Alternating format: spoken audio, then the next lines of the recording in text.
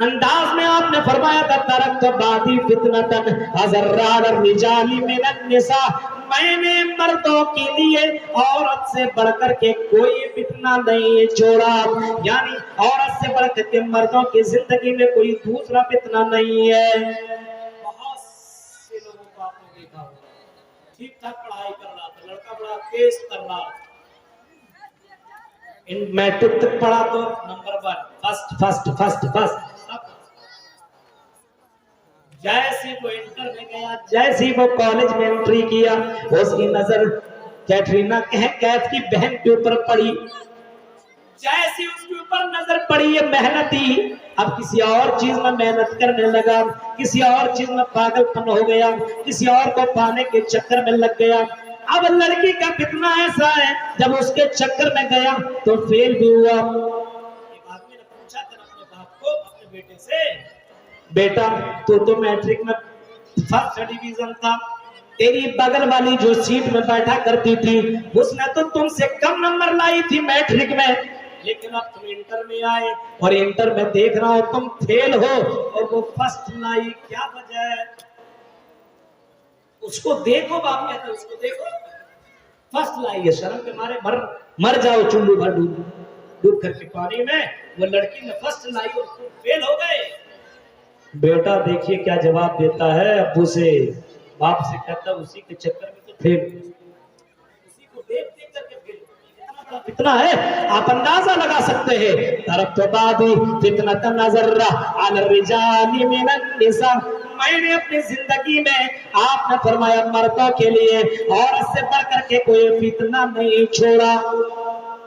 اور آگے ذرا اسی کے اوپر جائیے میرے بھائیو، شادی نہ ہو تو ماں ماما، امی جان امی جان امی جان کہا کرتا ہے لوگ، لیکن شادی ہو جانے کے بعد وہی ماں اسے ٹائم نظر آتی ہے، اب جورو کا غلام بن جاتا ہے اور بیوی کے چکر اور بیوی کی چنگوں میں اور بیوی کے باہوں میں اتنا ڈوب جاتا ہے کہ ماں اسے دشمن نظر آنے لگتی ہے۔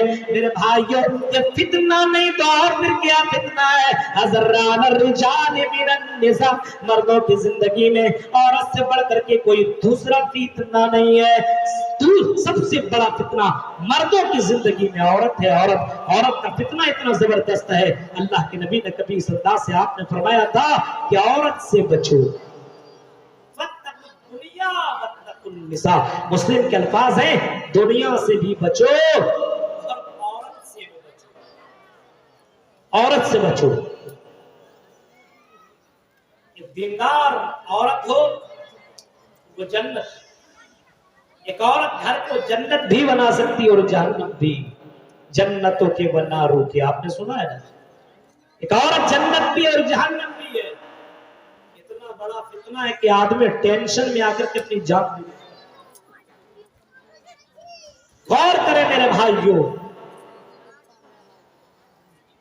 عورت کا فتنہ زبردست فتنہ ہے، اس فتنے سے بچنے کی کوشش کرو۔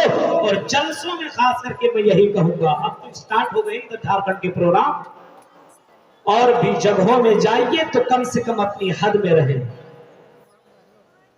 لڑکیاں اتنے اسٹائلش والے نقاب، برقع، حجاب پہن کر کے جو جلسوں میں جاتی ہے، سمجھ لیے جلسوں کو کامیاب نہیں بلکہ ناکام کر،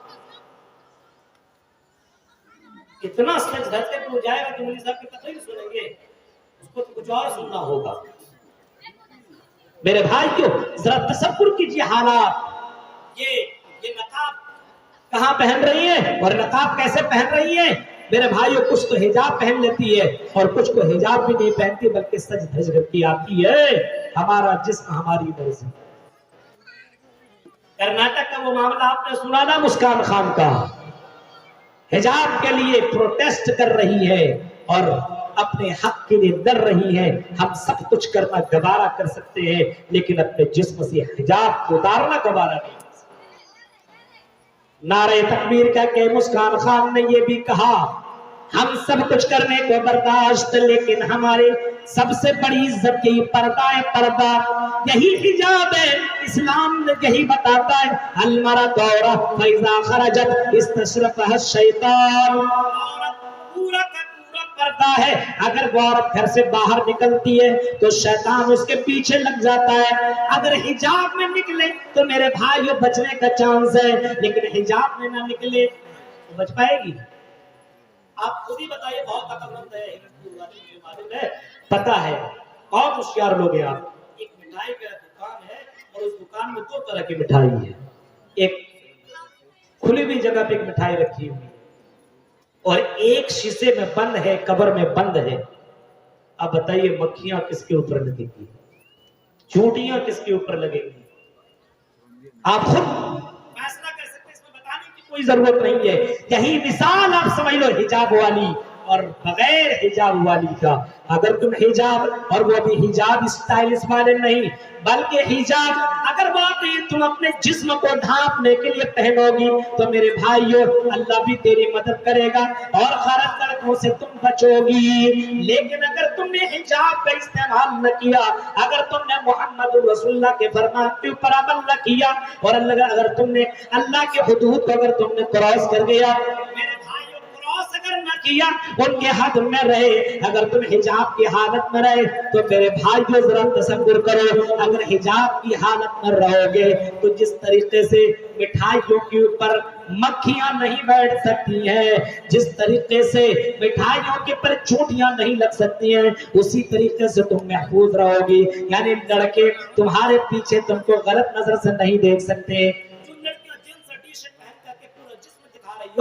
ظاہر سی بات ہے جو چیز دکھتی ہو وہی چیز تو بکتی ہے نا, جو دکھے گی نا بکے گی کہاں سے؟ تو میرے بھائیو دکھائیے گا تو ظاہر سی بات 50 آدمی ہوں گے خریدنے والے گراہک, لیکن وہ چھپی ہوئی چیز ہے. اور اسلام کی نظر میں سب سے قیمتی چیز اگر ہے تو وہ عورت ہے.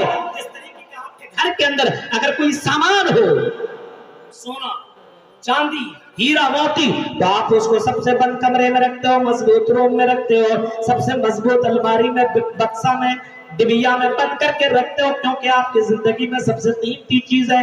ایسی اسلام بتاتا کہ عورت بہت ہی قیمتی دولت ہے, اس کو تم سب سے زیادہ سنبھال کر کے رکھو, حفاظت میں رکھو, اس کو حجاب میں رکھنے کی کوشش کرو, اس کو شروع سے بتاؤ حجاب تمہاری زندگی کا اہم حصہ ہے. اگر تم نے وہ طریقہ اگر بتایا تو یہ لڑکیاں بھی نعرہ ضرور لگائیں گی, یہ لڑکیاں بھی پروٹیسٹ ضرور کریں گی. اس کو تم پہننا نہ دو, تب بھی زبردستی پہن کر کے اپنے گھر سے جائے گی. ہم بغیر حجاب کے جلسے میں نہیں جائیں گے, ہم اپنے چہروں کو مردوں کو نہیں دکھا سکتے.